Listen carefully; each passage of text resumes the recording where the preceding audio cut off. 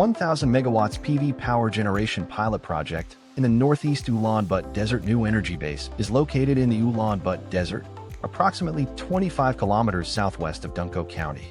Covering an area of about 1,527 hectares, it is one of Inner Mongolia Energy Group's 8.5 gigawatts PV plus ecological restoration projects. With a total installed capacity of 1,000 megawatts, the project adopts a distributed generation, centralized grid connection approach, comprising 303 sections.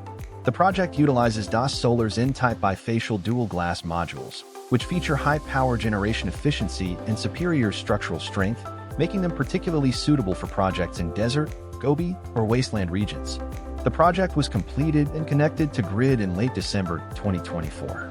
Upon full operation, it is expected to generate an average annual on-grid electricity output of 1.67 billion kilowatt-hours.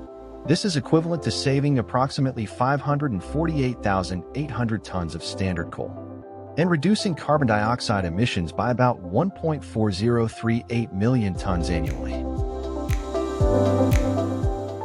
Das Solar.